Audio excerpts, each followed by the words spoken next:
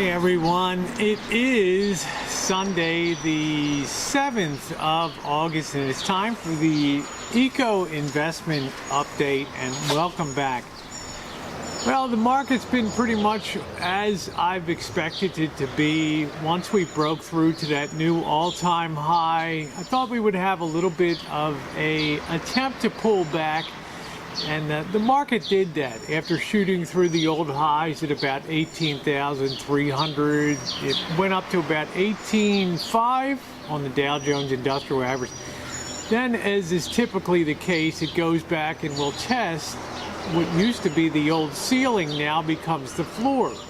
So it goes back and it sort of bounces off of that floor and then begins to move higher, which it really did aggressively on Friday. Why did it move up so much on Friday? We got a very good employment report. The quality of jobs is created is not that great, but jobs are being created.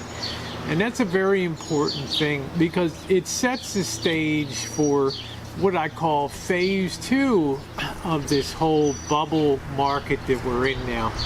The situation we have now is that we're coming to a point in this country where we're facing shortages, not just material, not really material shortages, but we're facing shortages in terms of labor. Everywhere I go these days, I see hiring hiring signs. I go to Kmart, I see now hiring. I go to Wally World. Every place I go, Kohl's, the department stores, the restaurants, everybody's trying to hire. We just simply don't have the base of, well, younger entry-level workers that are interested in entering the economy or working in the economy we have today. Their motivations are different. You know, they grew up in a period where things were kind of topsy-turvy in economic terms, where people were laid off, where people got killed on real estate and things like that. But they'll slowly start making their way into the workforce. But we've reached a point now where the low interest rates have had a stimulative effect on business, not a land rush booming economy by any means, but an economy that's basically chugging along. So it's time for part 2 now, where the Fed has to go into gear and start raising interest rates. One of the things that you don't hear about is the stress that this environment, this low interest rate environment, not only the stress that is put on the banks, but also the insurance companies. You know, insurance companies have obligations, things like annuities that they have to pay off, obligations, guaranteed interest rate contracts for people. The worst thing that's happened to insurance companies is they owe people 3%, 4%, 5% rates of return on things like annuities, but they're only making 1/4%, 0.5% on CDs, just like you and me, and government obligations. It's put them into a situation where they're eating into their own capital to fulfill these obligations. It's something that should be raising alarms at the Federal Reserve, and something that's going to help push them towards raising interest rates, and now the economy gives them the cover to do it. We have this bull market in stocks that is very strong. We have an economy that's creating jobs now. All the conditions are in place for the Fed to start raising rates, and I would expect at the next Fed meeting, barring any surprises, that they'll do that, regardless of how much in turmoil the rest of the world may be. Now, one of the questions that I get asked on here, and yes, I do expect the market to move higher, the stock market, because the bubble will continue to grow until it's popped. And one of the questions that I often get asked is, when will the bubble pop? And Rosie, how will you know the bubble is going to pop? You've been correct about the stock market. You've been correct that we're in this bubble that's being built. You've been correct, right as rain on that. You may even be correct that the only thing that's going to really turn this around is a jump in interest rates and a sustained rise in interest rates. But how will we know that the bubble, say, in the stock market is finished and ready to pop. Well, remember, what makes bubbles is that they move from the knowledge of professional investors. It starts to move into the realm of the general public.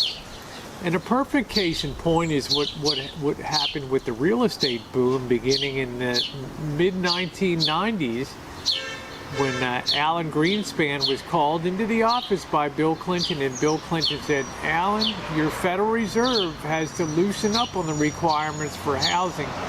Make it easier for people to buy homes." Well, easier became insane. People entered the housing market with stated income loans. You didn't need to state your income. You could state your income, but you didn't need to prove it. You could put down whatever you wanted. You didn't even need a down payment, 0% down, countrywide mortgage, all the lunacy that happened. Well, eventually this locomotive of the real estate bubble came into the popular media. And I have in front of me, and I've showed this before in probably a year or two ago, what happens when a bubble reaches enormous proportions and becomes dangerous.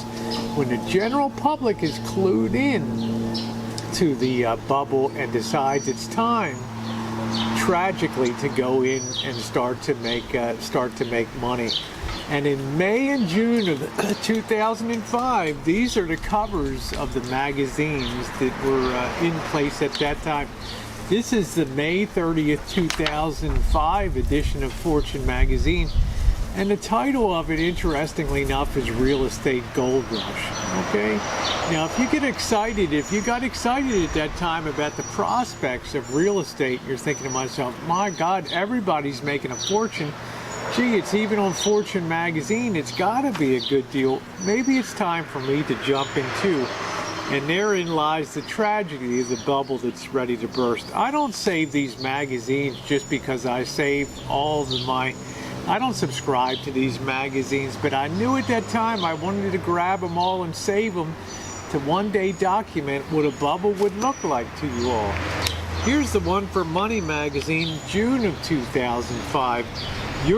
This was a special issue that came out about your house. Now, can you imagine a special edition? Things are so hot that they have to bring out a special edition. Renovations that pay. And interestingly enough, one of the articles is why it's still your best investment. And this was right on the verge of when things were going to start to come apart in this country. And here's Money magazine with their real estate guide, supposedly some of the smart money right in there pitching along, being a perfect mirror on the time. Even Time magazine, the generally respected weekly magazine, was right in there with it, with Home Sweet Home. Why we're gaga over real estate. Will your home make you rich? Is it time to buy or sell? The case for renting. Well, there you go. Okay, and this was also in June of 2005. So there you have it. In the space of 15 days on the newsstand, you had 3 bells ringing telling you that you're in a bubble. Do we have that in the stock market now? Hell no. You know why? Because nobody cares about the stock market. We go on to new all-time highs, and the public could care less. That's why I say this bubble has a long way to go. Stay tuned, stay long, stay strong. Thanks, everybody.